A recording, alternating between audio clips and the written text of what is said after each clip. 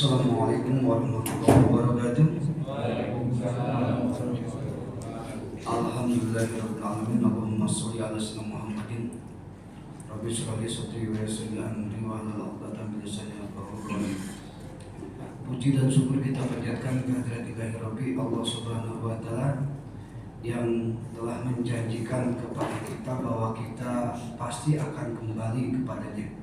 Innalillahi wa inna ilaihi raji'un. Ketika liburan kemarin atau liburan puasa atau liburan saum, rata-rata yang punya bekal itu pasti bahagia kalau balik kampung, gitu ya, balik ke asal. Tapi kalau orang yang bekalnya tak cukup, pasti ya ragu-ragu gitu. Bahkan nggak mungkin balik kampung. Nah, kampung asli kita itu akhirat, dan itu pasti kita harus balik. Mungkin usia kita ada yang beberapa puluh tahun lagi, beberapa belas tahun lagi, atau mungkin tinggal 1 tahun lagi, atau mungkin tinggal 1 bulan lagi, atau mungkin tinggal 1 minggu lagi, atau mungkin besok kita harus segera balik kampung, kan begitu. Ya, tak masalah Bapak Ibu mau balik kampung kapan pun terserah. Cuma masalahnya bekalnya udah ada belum? Itu aja masalahnya. Kalau bekalnya belum ada, jangan coba-coba balik kampung. Sengsara nanti di jalan, gitu masalahnya. Silakan introspeksi, kira-kira kita udah cukup bekal nggak? Bekal ke akhirat itu tak duit, bukan pakaian, bukan barang, tapi amal perbuatan ketika kita hidup di dunia. Demi Allah, kita sekarang di sini itu ada 2 bekal. Pertama, silakan niatkan oleh Bapak Ibu niat itikaf, dapat tuh pahala lumayan buat bekal kita. Yang kedua yaitu majelis ilmu, kan gitu. Zaman dulu susah apa majelis ilmu, silakan tanyakan sama orang-orang tua kita. Kadang-kadang nggak ada ustadznya, nggak ada kitabnya, karena pasokan barang kurang gitu ya. Sekarang coba masuk ke sini udah sejuk, nyaman, bersih, nggak ada alasan kalau tidak ngaji gitu ya. Begitu. Kalaupun tak sempat ngaji karena sibuk sekali, ya karena orang penting ya tak apa-apa, silakan ngaji lewat internet, lewat YouTube. Kalau sibuk sekali gitu ya. Kalau semi-semi pengangguran, kenapa tidak kita ngaji di masjid? Terserah mau masjid mana, tak jadi masalah. Yang penting ngaji, dan itu merupakan salah satu komoditas daripada bekal kita nanti kalau kita balik kampung, di kampung akhirat. Salawat dan salam semoga dilimpahkan kepada junjungan kita Habibana wa Rasulana Sayyidina Muhammad Rasulullah SAW dengan ucapan Allahumma sholli ala Sayyidina Muhammad wa ala sallam. Hadirin kaum muslimin rahimakumullah, masih tentang yang kemarin ya, masih belum selesai, yaitu tentang bi qulubihim marad. Sebetulnya malam ini kita harusnya Al-Baqarah 11, tapi tak apa-apa karena sudah perjanjian, kita selesaikan dulu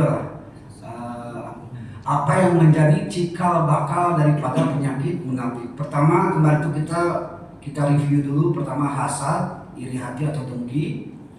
Yang kedua, sombong atau takabur sudah. Yang ketiga, riya. Yang keempat, kikir. Yang kelima, ujub. Yang keenam, hubbu dunya sudah ya. Sampai berapa Pak Imam kalau salah kemarin? 10. Sampai 10 ya. Yang ke-7 su'udzon, yang ke-8 sum'ah, yang ke-9 amal, yang ke-10 ghadab. Gitu ya. Pemarah, atau bahasa kitanya mungkin sering tantrum gitu ya, dikit-dikit emosi, dikit-dikit emosi. Itu cikal bakal munafik, bukan munafik, cikal bakalnya. Yang ke-11 adalah tamak, cikal bakal daripada penyakit munafik. Makanya fi qulubihim marad, hati-hati sekali, karena tamak pun juga termasuk penyakit hati. Wala tajidannahum ahrasun nas al-hayati wa minal ladzina asyraku. Aku, kata Nabi ya, bukan kata Nabi, akan ada atau akan didapatkan daripada Yahudi manusia yang paling tamak di dunia, bahkan lebih tamak daripada orang-orang musyrik. Jadi memang sudah terbukti sampai detik sekarang apapun istilahnya aspek-aspek penting di dunia itu sudah dikuasai oleh Yahudi, karena ya memang menurut ayat ini memang sudah, bahkan kalimatnya juga wala tajidannahum, pakai lam taukidnya double, lam dan nun, sungguh akan dapat terjadi Yahudi itu begitu tamaknya, gitu ya. Ya silakan cek ilmu pengetahuan, teknologi segala macam, semua aspek itu dikuasai oleh mereka. Kenapa? Wala tajidannahum, coba kita cek ya.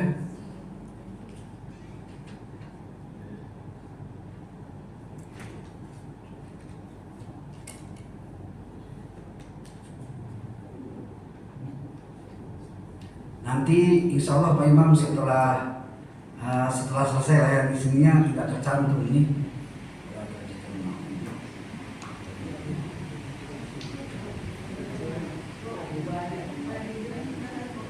Ini jadi PR buat saya Pak Imam. Saya soalnya hanya mencantumkan ayat saja, tidak mencantumkan surah dan nomor ayatnya. Tidak apa-apa lah, semoga. Jadi demikian. Jadi kalau Bapak Ibu lihat Yahudi begitu unggulnya, nggak usah heran, karena Al-Quran itu menyatakan demikian. Wa ini fadzawatukum, ya, aku memang sudah mengunggulkan orang-orang Yahudi, begitu. Tapi sekarang konteksnya dengan Zionisme atau dengan pendudukan Palestina itu lain cerita lagi. Itu jelas-jelas kriminal, jelas-jelas kejahatan, gitu ya. Dan ini untuk khusus tentang Bani Israel, memang nanti setelah kita membahas Al-Baqarah ayat 10-11, terus nanti ayat selanjutnya tentang penciptaan manusia, baru akan menceritakan panjang lebar tentang Yahudi. Jadi kita tak usah dulu membahas Yahudi dengan segala macam aspeknya. Kita sekarang masih membahas fi qulubihim marad, cikal bakal penyakit daripada penyakit munafik. Itu yang ke-11. Yang ke-12 itu ghibah. Kalau ghibah di sini wala tajassasu wala yaghtab ba'dukum ba'da. Kalau ini surat Al-Hujurat ayat 12 memang. Jadi larangan dari Allah kepada kita, larangan menggibah atau membicarakan orang lain. Secara umum itu haram, kecuali ada yang tertentu, misalnya di pengadilan boleh diceritakan. Misalnya kita lagi di pengadilan, saksi menceritakan orang lain, itu tidak jadi masalah, gitu ya.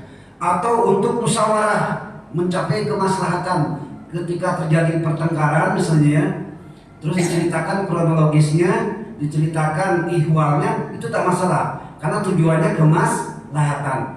Tapi kalau niatnya, mohon maaf ya, kalau niatnya ngegibahnya kayak emak-emak, gitu ya, mohon maaf nih ibu-ibu, yang tidak ada faedahnya, tidak memaslahatkan, tidak untuk pengadilan, itu yang haram, gitu ya. Bahkan ada hadis yang mengatakan, misal bapak berdua misalnya ngomongin Pak Haji misalnya ya, dalam hadis itu diceritakan kalau yang diomonginnya itu ridho, mungkin tak masalah. Cuma kita masalahnya tak tahu dia ridho atau tidak. Apalagi ghibah atau ngomongin orang tentang kejelekannya.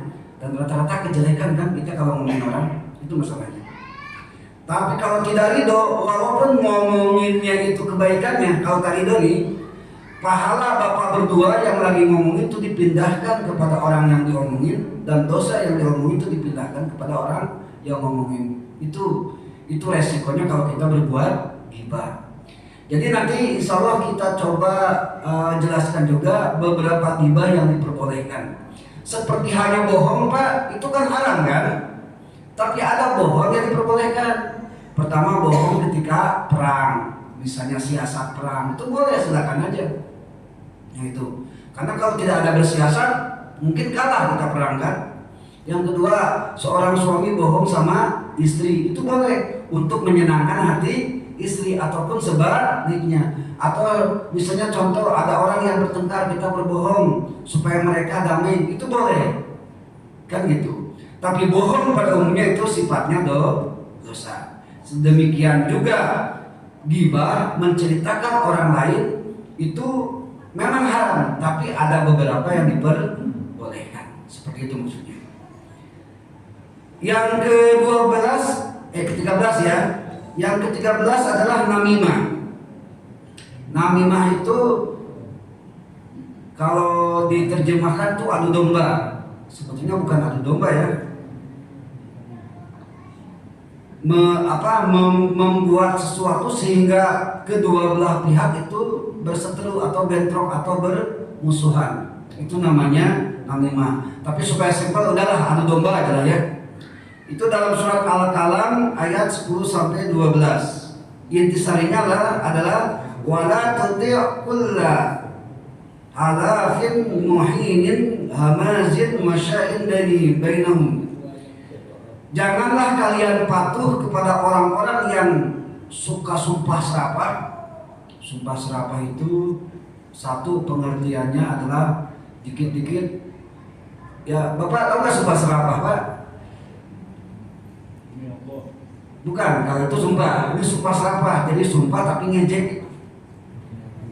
Dan yang kedua tadi yang termasuk sumpah murahan, sedikit-sedikit demi Allah, sedikit-sedikit demi Allah. Itu jelas-jelas. Kalau Bapak Ibu coba cek rekaman hidup, kira-kira pernah nggak mengucapkan demi Allah tapi bohong? Itu jangan salah. Resikonya 3. Pertama, kalau kita pernah berdemi Allah tapi berdusta, pertama itu wajib membebaskan budak. Zaman sekarang tak ada ya. Yang kedua, ini pilihan terserah. Yang kedua harus memberikan makan kepada fakir miskin selama 3 hari berturut-turut. Itu yang ketiga. Yang keduanya, mohon maaf, yang keduanya adalah harus puasa selama 3 hari berturut-turut. Silakan pilih mau yang mana. Mau membebaskan budak, mau puasa, atau mau kasih makan fakir miskin. Itu risiko yang bersumpah. Makanya kalau sumpah ya biasa aja lah, jangan pakai sedikit-sedikit demi Allah. Nah gitu ya. Kecuali sumpahnya yang tidak diakui seperti wallahu, nah itu tidak diakui, itu bukan sumpah. Karena sumpah itu rata-rata ujungnya kasroh, wallahi, billahi, tallahi, itu sumpah namanya. Tapi kalau wallahu, wallaha itu bukan sumpah. Kalau gitu mau sumpah dengan wallahu aja, ya silakan aja, tapi kelihatan kan bohongnya, kan begitu ya. Sama orang yang paham. Jadi hati-hati ya kalau bersumpah wallahi atau dengan terjemahan demi Allah. Itu jelas-jelas kalau kita bersumpah dengan demi Allah, maka kita bersumpah sesuai dengan fakta. Makanya rata-rata pejabat-pejabat itu kalau disumpah pakai demi Allah sambil disaksikan oleh Al-Quran. Itu beratnya sumpah. Makanya 3 dosa terbesar itu musyrik kepada Allah, yang kedua menyakiti orang tua, yang ketiga itu sumpah palsu. Nah, kebayangkan di pengadilan sekarang banyak sumpah palsu kan? Nah itu, naudzubillah summa naudzubillah. Inilah enaknya kita rakyat biasa ya, rakyat kecil. Resikonya kecil, gitu aja loh intinya ya. Tak apa-apalah kita sederhana di dunia. Yang penting nyaman, tenang, nanti di akhirat ya kapling tipe 36 pun tak apa-apalah, kan gitu. Karena semiskin-miskinnya nanti Bapak Ibu di surga, kapling yang paling miskin itu luasnya lapisan bumi pertama sampai langit pertama, itu luasnya. Jadi ya, kaplingnya itu paling miskin. Gimana kalau kapling yang tipe 36, tipe 45, tipe wah udahlah. Nah itu ya. Jadi mendingan kita nyaman-nyaman saja seperti inilah Pak. Nggak usah jadi pejabat tinggi lah. Sebetulnya bukan nggak usah, harus. Karena politik untuk kepentingan agama itu bagus. Yang tak bagus itu adalah agama untuk kepentingan politik. Nah gitu ya. Sumpah serapah itu macam kita sumpah tapi sambil marah-marah gitu lah.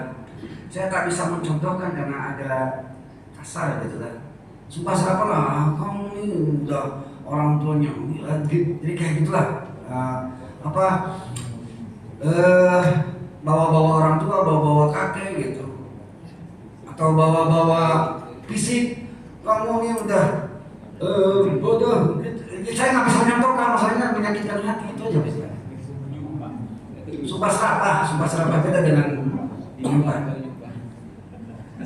Sambil dingin aja gitu. Nah gitu ya. Udah kecil, hitam, hidup lagi, itu sumpah serapah.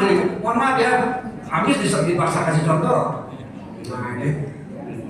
Ya, tapi ada unsur menghina gitu. Ya baik, karena kami menemukannya terjemahannya sumpah serapah ya.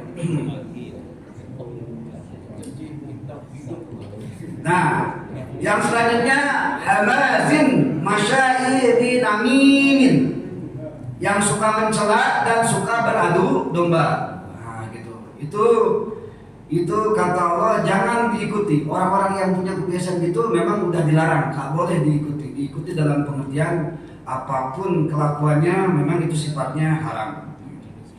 Mohon maaf karena saya ngebut nih khusus untuk Al-Baqarah ayat 10, memang karena sekarang malam ini jatahnya Al-Baqarah ayat 11 gitu ya. Jadi saya ngebut dulu. Yang selanjutnya nomor 14 yaitu cikal bakal penyakit munafik adalah anania. Anania itu egois, ingin mementingkan diri sendiri. Yang lain lapar biarkan saja, yang penting saya kenyang. Yang penting saya keluarga makmur, rakyat mau sengsara terserah. Itu namanya egois gitu ya. Ini ada dalam surat Al-Baqarah ayat 268. Innakum satar kauna. Oh mohon maaf, bukan kalau yang saya bacakan barusan bukan Al-Quran ya, hadis ya. Tapi kalau Al-Qurannya Al-Baqarah ayat 268. Ini hadis Nabi. Innakum satar kauna ba'di asratan fasbiru. Suatu saat jadi gini, Nabi itu kedatangan sahabat. Sahabat itu bertanya, ya Rasul, si fulan sudah diangkat jadi kepala daerah, saya kapan? Nah gitu kan bahasanya. Nah Nabi agak marah, maka Nabi mengeluarkan kata-kata innakum satal kauna ba'di asratan fasbiru. Suatu saat akan datang setelahku orang-orang yang egois, mementingkan jabatannya sendiri, maka apa yang harus kita lakukan? Pas dulu bersabarlah.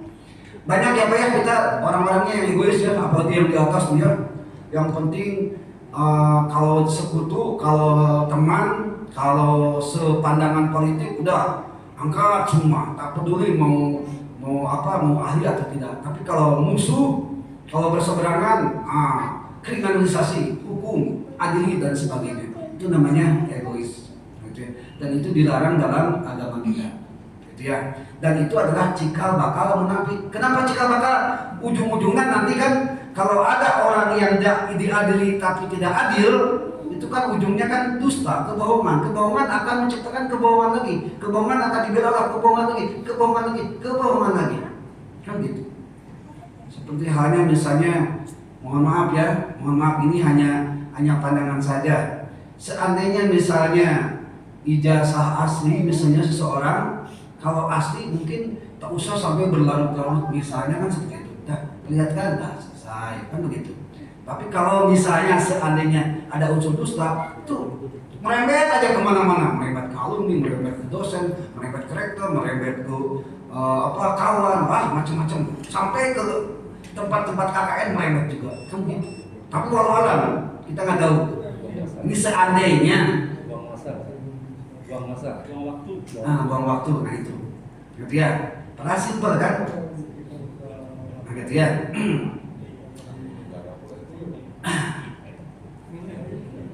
Baik, yang terakhir cikal bakal daripada, bukan yang terakhir, yang ke-15 dan yang terakhir itu yang ke-16 yang akan kita bahas ayat 11. Yang ke-15 cikal bakal daripada munafik adalah fasik. Fasik itu Pak ya'tiqaduhu wa syahaduhu wa lam ya'mal bima fihi. Tahu itu kebaikan, tahu itu misalnya keburukan, dan dia juga berkeyakinan itu adalah adalah baik atau buruk, tapi dia mengabaikannya. Contoh, tahu sholat itu wajib tapi tak sholat, itu pasti. Tahu zakat itu wajib tapi tak zakat, itu pasti. Tahu mencari ilmu itu wajib, tapi tak mau mencari ilmu, itu pasif namanya. Gitu ya. Tahu bahwa zina itu haram, tapi dia zina. Tahu mencuri itu haram, tapi dia mencuri. Nah itu namanya fasik. Istiqaduhu wa syahadu walam ya'mal bima fihi. Dia tahu, dia mengakui, tapi dia tak mau mengerjakan atau mengingkari. Itu namanya fasik. Nah, cikal bakal munafik itu ada dalam surat An-Nisa. Ayatnya, saya lupa lagi. Bacanya innal munafiqina yukhadi'una Allaha wa huwa khadi'uhum. Wa idza qamu ila sholati qamu kusala. Yang pertama, ciri munafik itu adalah ketika sholat dia bermalas-malasan. Bukan tak sholat tapi keberatan gitu. Sekarang cek sama kita ya, ketika adzan mau bangkit dari nonton, mau bangkit dari HP, kira-kira berat nggak? Hati-hati tuh Pak, jika bakal munafik tuh, itu maksudnya. Ketika adzan berkumandang, apalagi ketika adzan berkumandang, malah dia berangkat. Harusnya hayya 'alas shalah, hayo ke masjid kita berjamaah. Ini malah ayo kita keluar nongkrong ngopi. Itu lebih parah lagi tuh. Itu bukan cikal bakal munafik lagi tuh. Itu bertentangan ya. Jadi kalau Bapak Ibu merasakan ketika azan malas betul, itu hati-hati, cikal bakal munafik itu maksudnya. Itu ya. Wa iza qamu ila sholati qamu kusala. Yang selanjutnya wala yadhkuruna Allah illa qalila, dan zikirnya sedikit. Nah itu juga cikal bakal munafik. Habis sholat orang lain Allahumma antas salam, ini habis sholat Allahumma lantas jalan langsung keluar. Mohon maaf. Nah itu ya. Tapi kita pun jangan sudon, mungkin zikirnya di luar, mungkin ya bisa aja kan, jangan sudon juga gitu. Tapi mungkin ada kepentingan, jangan diuniversalkan lah, jangan digeneralisasi gitu lah. Bisa aja. Tapi bagi orang yang punya keluasan waktu setelah sholat, kenapa tidak diam dulu sebentar, istighfar dulu, subhanallah dulu, alhamdulillah dulu, gitu maksudnya. Ya silakan. Kita kan hari kita kan pengajian maka ditiadakan zikirnya. Lihat derajatnya, derajat zikir dengan derajat mencari ilmu, mana yang tingkat yang lebih tinggi? Mencari ilmu ya, ngajarin masalah. Bahkan dalam kitab Ta'limut Ta'lim, tapi mudah-mudahan tidak diberikan contoh, saya yang rugi nanti ya. Soalnya awalnya berlarut-larut. Bahkan diperbolehkan mengakhirkan sholat isya sampai akhir gara-gara majelis. Nah, gitu ya. Tapi jangan kejadian lah, diakhirkan sampai jam 9, sampai jam 10, kapan istirahatnya ya. Bapak Ibu enak nyandar, mendengarkan, saya kan teriak-teriak dari tadi ya. Ya ada waktunya lah, gitu ya. Nah, gitu. Jadi lihat dulu derajatnya mana yang paling penting, gitu ya. Ya walaupun sebetulnya ya zikir juga memang sangat dianjurkan oleh Allah Subhanahu Wa Taala, walaupun memang yang paling wajib adalah majelis ilmu, demikian. Jadi jika bakal munafik itu demikian, bermalas-malasan dalam ibadah dan juga zikirnya sedikit. Dikir sedikit dengan tidak dikir beda ya Pak ya. Dikir sedikit berarti silakan gambarkan. Kalau tidak berzikir, nah itu yang lebih parah lagi ya. Yang tidak zikir aja dikualifikasikan kepada cikal bakal munafik, apalagi yang tidak sama sekali zikir. Nah, hati-hati ya Pak ya. Makanya untuk zikir nanti kita ada kitabnya namanya Al-Azkar. Ya, mohon maaf ya Pak Imam, saya bukan itu. Di dalam Al-Adhar itu istighfar, terus la ilaha illallah Rasulullah, wa man tasalam, terus al-mala mani'a, terus ayat Al-Fatihah, ayat kursi, harusnya gitu ya. Terus akhir Al-Baqarah yang 3 ayat itu dari lillahi ma fis samawati, terus syahidallah, harusnya gitu ya, syahidallah. Terus ini yang sering kita lupakan. Tapi saya terserah jamaah lah. Saya hanya menyampaikan saja ya. Dalam Al-Adhar itu zikir yang utama itu afdal dzikri falam anahu la ilaha illallah. Jadi kita memang belum zikir la ilaha. Jadi mohon maaf Pak Imam, daripada subhanallah alhamdulillah Akbar itu jauh lebih rendah daripada kalimat la ilaha illallah. Karena afdal dzikri seutama-utamanya zikir. Tapi di sini la ilaha illallahnya tadi Kita subuh itu. Kita subuh aja. Ya, ya ini sama-sama kita itulah untuk menampar muka kita masing-masing termasuk saya gitu ya. Gitu. Ini orangnya ngelari masalah tadi zikir tadi.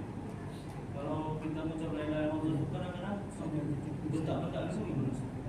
Kan ada nada itu.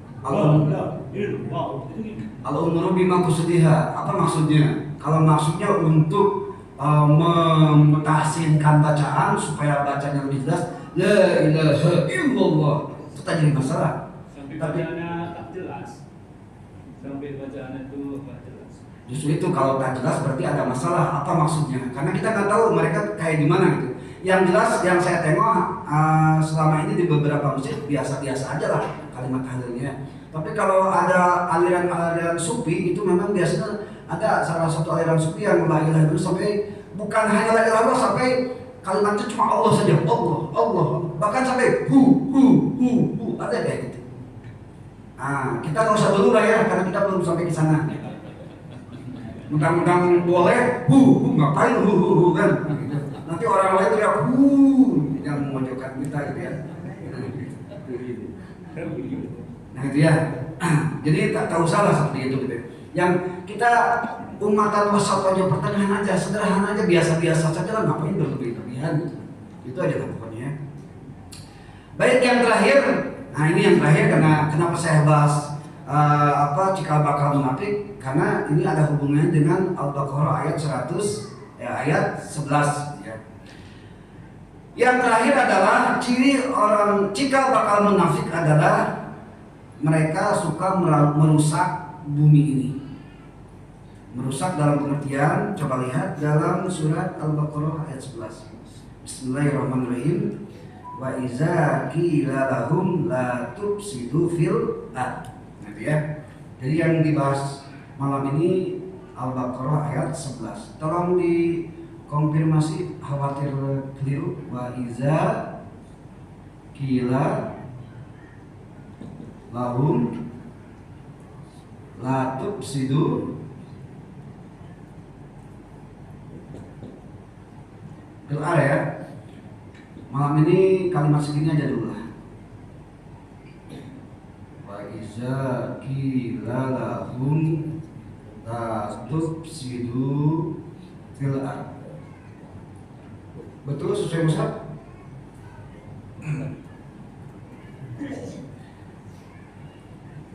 Nah,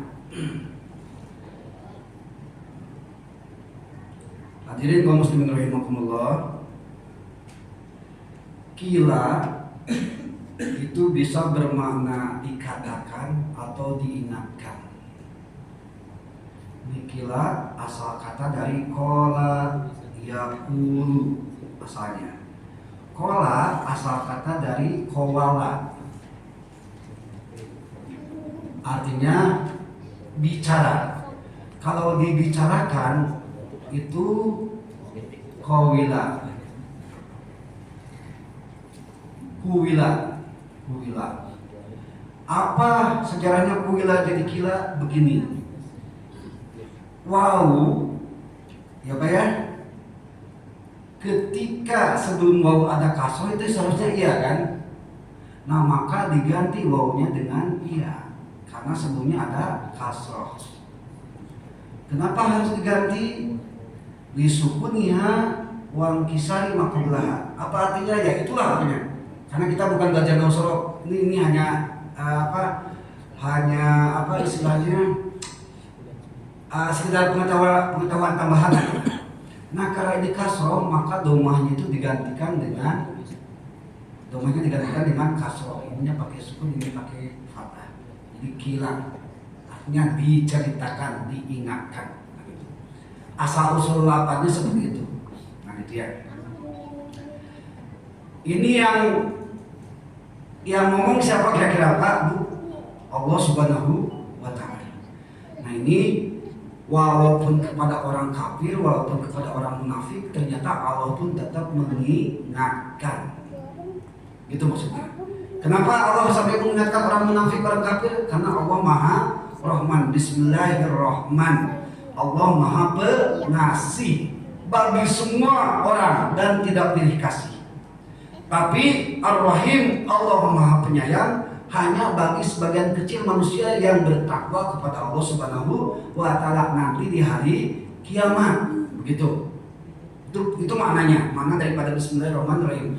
Maka karena Allah Maha Rahman, Allah Maha Pengasih, Allah pun berhak mengingatkan dengan kasih sayangnya Allah, berhak mengingatkan orang-orang kafir atau orang-orang munafik. Karena mau tidak mau itu juga makhluk Allah. Dan Allah dengan Maha Rahmannya, dengan Maha Pengasihnya, wa idza qila, Allah mengingatkan, hei orang munafik, gitu ya, seolah gitulah. Ketika diceritakan, diingatkan lahum kepada mereka orang munafik, apa ceritanya? Apa yang diingatkan? Ini Pak, la tufsidu fil ardh. Jangan kau berbuat kerusakan di muka bumi ini. Stop, titik sampai sana. Itulah cikal bakal daripada penyakit munafik fi qulubihim marad. Saya belum berani melanjutkan Al-Baqarah ayat 11. Barangkali Al-Baqarah ayat 10 sudah selesai. Barangkali ada yang ditanyakan, Bapak Ibu silakan. Ya silakan memang. Ini di awal kita bahas. Kalau selanjutnya ini, kalau ulang tahap itu pakai alif, itu tapi semua siapa itu lupa saya. Itu cepat dengan Allah itu. Cepat Allah menolong memberikan pertolongan. Jadi dalam bentuk apa Allah cepat menolong kita dan kamu? Itu kemarin yang Bismillah itu. Bismillah ya. Jadi Allah cepat menolong kita. Jadi di mana contohnya itu apa? Baik, itu perbandingan daripada kalimat pertama Bismillahirrahmanirrahim ya, Bismillahirrahmanirrahim dengan Bismillah. Itu kan kemarin itu. Bismillah itu tidak ada alif, langsung aja Bismi, Biismun asalnya. Gitu ya. Ini asalnya itu Ba Ismun, asalnya gini Pak. Ismun, asalnya gini. Karena Ba itu huruf jar, ya huruf jar itu min ila an ala fi ruba ba, ada 9 semuanya. Karena huruf jar maka ismun jadi ismi, gitu. Kenapa nggak pakai tanwin? Karena nyambung dengan kalimat Allah. Masa pakai tanwin susah nantinya, kan gitu ya. Itu memang sorot itu kalau itu kajiannya. Jadi asal muasalnya Bismillah itu seperti ini. Tapi dalam wahyu yang diturunkan alifnya tak ada. Alifnya tak ada Pak Imam. Ya silakan aja dalam mushaf Bismillah itu tak ada alifnya. Ini Bismillahirrahmanirrahim sama kayak tadi ada alifnya ba dan ismun. Tapi alifnya dicantumkan. Apa yang membedakan? Yang pertama, Iqra bismi rabbika itu konteksnya ketika Nabi menerima wahyu yang pertama. Saya mau tanya sama Bapak Ibu, ketika dulu pertama ketemu dengan calon istri, apa yang terjadi? Deg-degan kan? Ngaku lah. Nah, gitu ya. Deg-degan, gugup. Kadang kalau perempuan mungkin sambil lipat-lipat baju gini dan macam-macam lah pokoknya. Silakan aja lah, nggak ada yang gentle langsung gimana gitu, ayo lebih nggak ada gitu, pasti gugup dulu, pasti cemas atau gimana, wah pokoknya nggak kebayang, nggak bisa diceritakan lah ya. Itu ketemu calon istri pertama kali, apalagi ini diturunkan wahyu pertama kali. Nabi Muhammad posisinya sampai panas dingin kan, sampai diselimuti kan sama Siti Khadijah.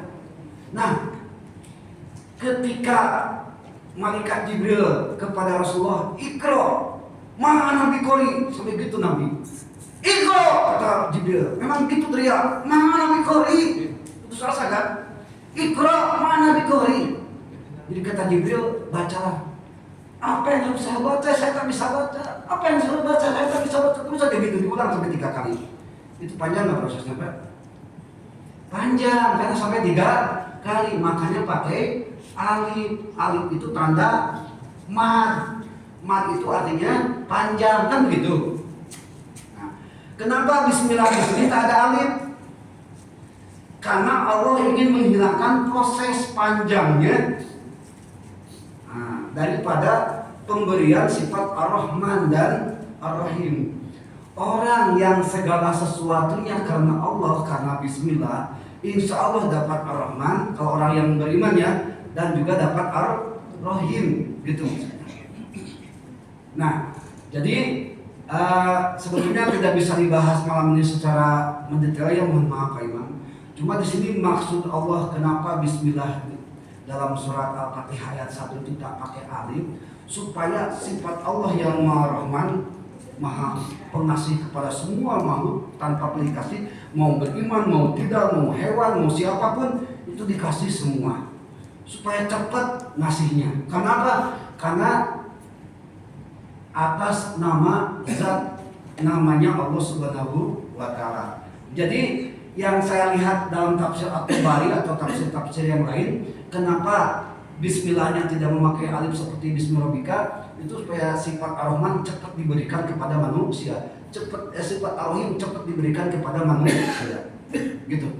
Cuma Ar-Rahman dan Ar-Rahim itu berbeda. Kalau Ar-Rahman itu nikmat Allah yang diberikan kepada semua makhluk, tapi kalau Ar-Rahim nikmat Allah yang diberikan kepada orang yang beriman dan bertakwa, khusus nanti di akhirat, tidak di dunia, gitu maksudnya. Jadi cepat dikasihkannya, makanya cepat pakai alif. Masih belum paham, insya Allah nanti kita kajikan khusus saja kalau gitu. Maksudnya tidak. Contohnya itu kira berupa apa? Cepatnya itu maksudnya. Nah, Contohnya. bismillah coba artinya apa? Dengan nama. Ada yang mengatakan atas nama. Segala satu perbuatan kalau diiringi dengan nama atau dengan atas nama, dalam arti lillahi ta'ala, karena Allah ta'ala, bukan karena oleh, gitu ya, tapi karena Allah, maka itu cepat Ar-Rahman dan Ar-Rahim itu diberikan kepada kita, itu maksudnya. Lihat dari mana aja. Ada yang mengatakan bismillah itu dengan nama Allah, ada yang mengatakan atas nama Allah. Karena kalau dengan itu sifatnya sejajar. Kalau atas itu berarti segala sesuatu memang Allah harus maha atas, harus maha tinggi, kan begitu. Saya mau tanya nih sama Bapak Ibu. Bapak Ibu ketika sholat kira-kira atas nama siapa? Jujur aja. Saya yakin atas nama kewajiban ya. Atau gara-gara atas nama takut neraka, atau gara-gara karena ingin masuk surga. Nah itu kalau bagi orang yang itu belum ikhlas. Tapi harus karena Allah, dengan nama Allah, atas nama Allah. Banyak kan kita sholat karena ingin masuk surga, banyak kan? Banyak kita tak mau melaksanakan maksiat karena takut neraka, banyak kan? Silahkan aja cek hati masing-masing. Nah, puncak daripada ibadah kita dengan nama Allah atau atas nama Allah. Ketika puncak ibadah kita bismillah, maka Ar-Rahman Ar-Rahim cepat diberikan oleh Allah Subhanahu wa Ta'ala. Makanya enggak pakai alif. Gitu. Gimana Pak Imam? Itu kajian tasawuf maksudnya Pak Imam? Beda lagi gitu. Nah, itu. Ya, saya itu minta contohnya aja ya, Ustaz. Contohnya kira-kira berupa apa? Contoh fisik ada, tapi itu keyakinan. Gitu ya. Inna sholati wa nusuki wa mahyaya wa mamati lillahi rabbil alamin, itu contohnya. Segala sesuatunya memang karena Allah. Cuma ngomong gampang, tapi pelaksanaan itu susah. Karena hati kita banyak noktah enggak, banyak benda-benda hitam, tidak, itu masalahnya. Gitu ya. Saya yakin ketika, mohon maaf nih, ketika ada sumbangan-sumbangan, bisa nyumbang ke masjid, ada yang lebih banyak, ada yang lebih besar. Mungkin ada yang atas nama Allah, mungkin ada atas nama karena dia kaya raya, gengsi dong, masa nyumbang sedikit, kalah malu dong sama yang miskin. Mungkin saya seperti itu kan, itu nggak akan cepat Rahman dan Rahimnya. Yang cepat Rahman dan Rahim adalah ketika kita betul-betul bismillah karena Allah. Gitu. Mohon maaf Pak Imam tak bisa dilanjutkan karena target kita adalah Al-Baqarah ayat 11. Itu kajiannya udah lain, kata tasawuf itu aja masalahnya. Mohon maaf sekali. Nah, gitu ya. Baik. Jadi cikal bakal daripada penyakit munafik itu salah satunya adalah merusak bumi, gitu ya. Ar itu kalau di bahasa Indonesia kan gini kan, ya kan? Diserap dalam bahasa Inggris jadi earth. Itu bahasa Inggris tuh earth itu dari ar sebetulnya. Cuma orang Inggris nggak bisa bilang ar jadi earth. Macam cat, asalnya dari kitun, gitu ya. Kitun itu kucing betina. Cat. Nah, Kitty, Hello Kitty itu kan kucing Jepang juga, gitu ya. Macam itu banyak bahasa Arab yang diserap kepada bahasa Inggris. Bahkan bahasa Arab yang diserap ke dalam bahasa Indonesia itu 60% kebanyakannya bahasa Arab. Nah, gitu ya. Baik. Nah, jadi Allah mengingatkan, hei munafik, jangan kau coba-coba berbuat kerusakan di muka bumi ini. Ardu itu yang kita pijak, gitu ya. Kalau kita di sini berarti ini ardu. Kalau kita misalnya jadi astronot, ngijak di bulan, berarti itu ardu, arts. Kalau kita di Mars, berarti itu artnya, gitu. Apapun yang dipijak itu adalah namanya art, bahasa Inggrisnya earth, gitu ya. Nah, sekarang yang jadi masalah, ayat selanjutnya gimana? Karena saya targetnya hari ini harus selesai, gitu ya. Qalu innama nahnu muslihun. Orang munafik berkata bahwa kami itu tak berbuat kerusakan, justru kami itu berbuat kebaikan. Muslihun itu asal kata dari aslaha yuslihu. Aslaha yuslihu. Orangnya itu adalah soleh. Aslah yuslihu. Sohan bahwa solihun wadaka masluhun. Soleh itu orang, kalau banyak itu namanya muslim, berbuat baik, gitu ya. Nah di sini justru munafik bilang kalau innama nahnu muslihun, justru kami tak merusak bumi, justru kami berbuat baik. Contoh, kita kagumkan lihat orang barat sayang sama binatang, sayang sama lingkungan, ya kan? Nah mereka ngomong itu dibuktikan dengan media segala macam. Tapi ingat, maaf, berapa menit lagi? 3 menit lagi ya. Saya ngajak Bapak Ibu merenung. Kira-kira siapa yang berbuat kerusakan bumi sebenarnya? Atau yang berbuat teroris sebenarnya? Coba lihat. Yang menjajah itu orang Islam, orang kafir. Orang kafir kan? Coba cek saya. Yang menjajah Indonesia siapa? Itu yang pertama. Yang menyebabkan perang dunia ke-1 sehingga puluhan juta orang meninggal, itu siapa? Islam bukan?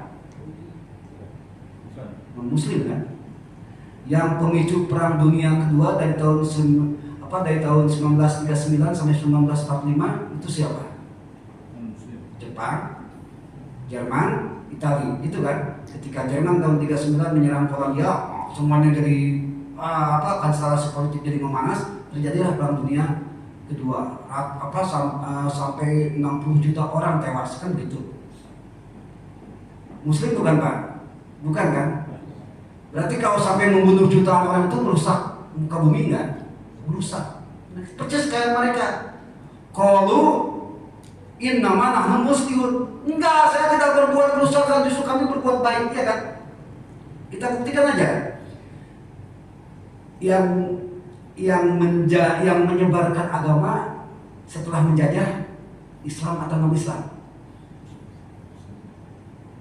Non-Islam benar, menjajah dulu baru disebarkan agama. Islam tidak begitu, berdagang lewat kekeluargaan, perkawinan dan sebagainya.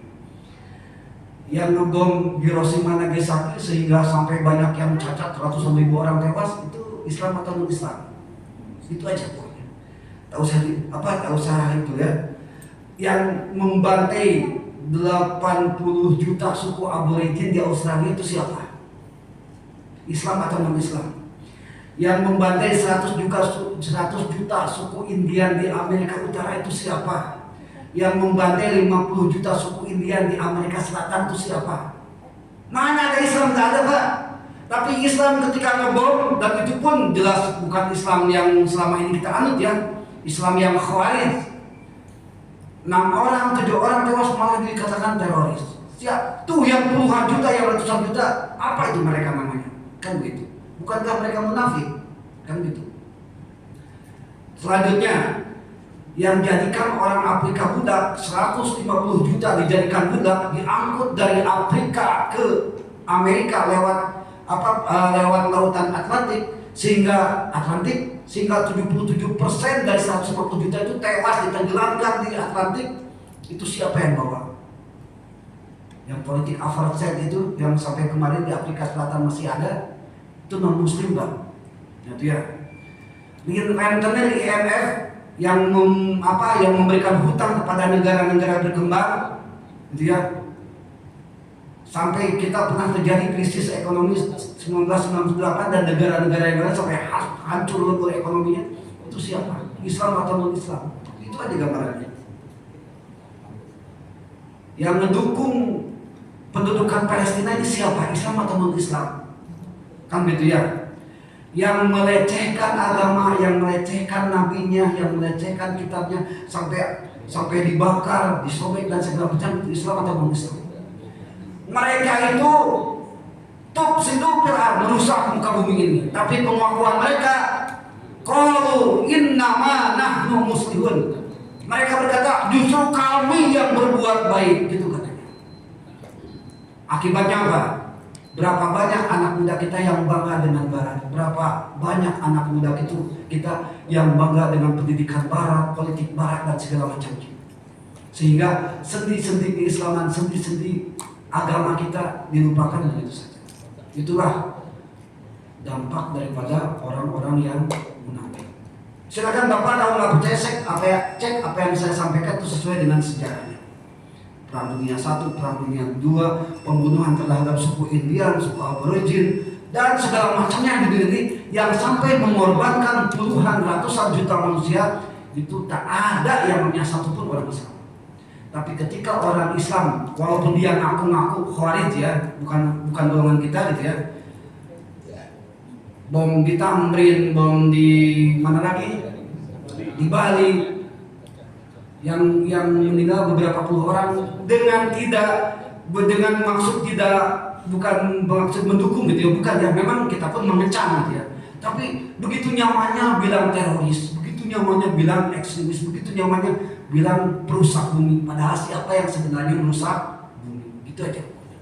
Jadi mereka itu standar ganda gitu ya.